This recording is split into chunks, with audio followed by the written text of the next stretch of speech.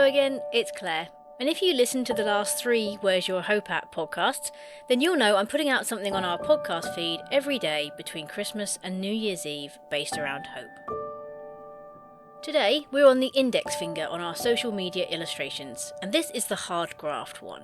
It's curious, it's keen, it's extremely useful. Apologies if your loss was this finger, you might want to skip forward 10 seconds. And if you ever ask the question, what happens if I push that button? Or, I wonder if I can lift that with one finger? Or if someone comes up to you and says, which way is the library? Or if you need to give someone a really good telling off? Or you use one of those old dial telephones? Or you turn on the light? Or you write with a pen? Or you type like an old person? This is the finger that immediately volunteers for the job.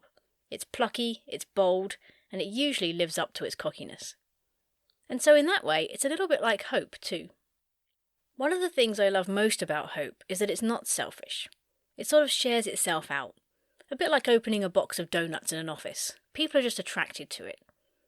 So not only does it guide you, like we mentioned in Hopelet 2, being guided by your hope and not your hurt, it also guides others as a sort of byproduct. One of the best examples of hope guiding you is the old Christmas Scrooge himself. Beginning of the book, he has no hope in anything but money. Not life, not family, not friends, not goodwill, not Christmas, and he's miserable, alone, grieving the loss of his business partner, unable to communicate with anyone around him. By the end, he's singing this with the Muppets.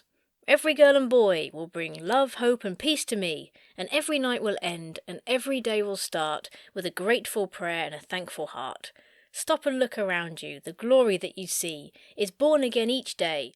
Don't let it slip away, how precious life can be. Scrooge didn't just get perspective from his ghost friends, he got hope again, and the first thing he does is share it out with others around him, and they're drawn to it despite his previous miserly ways. You see, hope bursts out of us. You can't stay alone and unhappy with a heart full of hope.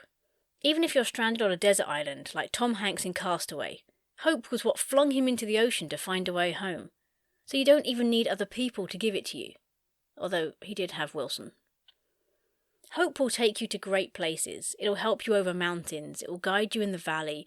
It'll strengthen you in your weariness. It'll be a light in the dark to show you the way. And in the meantime, it'll be showing others what's happening in you and make them want some of it too. The choice to be hopeful doesn't just affect you, it affects those around you. Optimism believes that things will work out. Hope knows that there's no guarantee it will work out, but it chooses it anyway. So far, all the people we've spoken to going through grief and loss have chosen to move forward with hope, despite there being no promise things will work out or get better in the future. Again, it's a choice. Orison Swett Marden said, "There is no medicine like hope, no incentive so great, and no tonic so powerful as expectation of something better tomorrow." And in his slightly more dreary approach, William Shakespeare said, "The miserable have no other medicine, but only hope." Sometimes hope is all we have. It's not a nice place to be, it's not fun, it's not something any of us want. We want love, acceptance, peace, joy, great friends, close family, no expectations on us to be anything than what we are, fun, laughter, singing and sunshine. But life isn't like that. So we have a choice. Choose hope, or start on a path to hopelessness.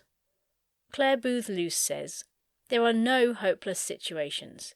There are only men who have grown hopeless about them." And I think she means mankind, not just men. Fyodor Dostoevsky said, "To live without hope is to cease to live." Moral of this story? There's always hope. Hope is simple, really. It's free, always there, available whenever you need it, only a decision away, and can make all the difference in the world.